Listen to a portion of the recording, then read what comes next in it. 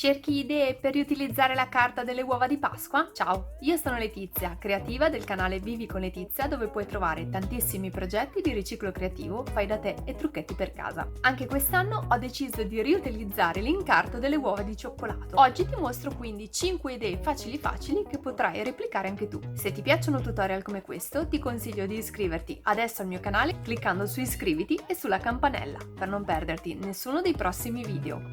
Se invece questo video non ti piace, lasciami pure la tua critica costruttiva nei commenti. Ora passiamo al tutorial. Continua a guardare.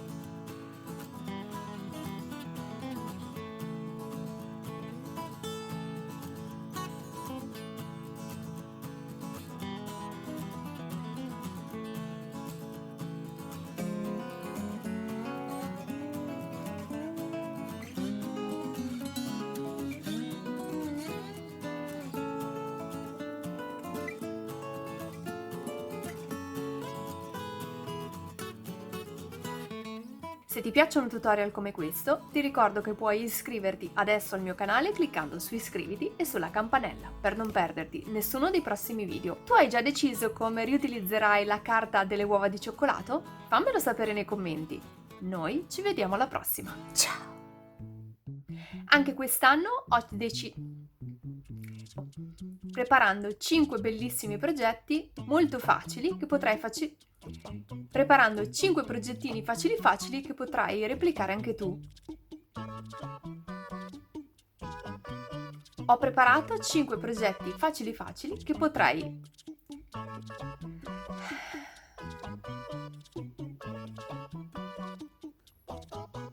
e cliccando su iscriviti e sulla campanella per non perderti.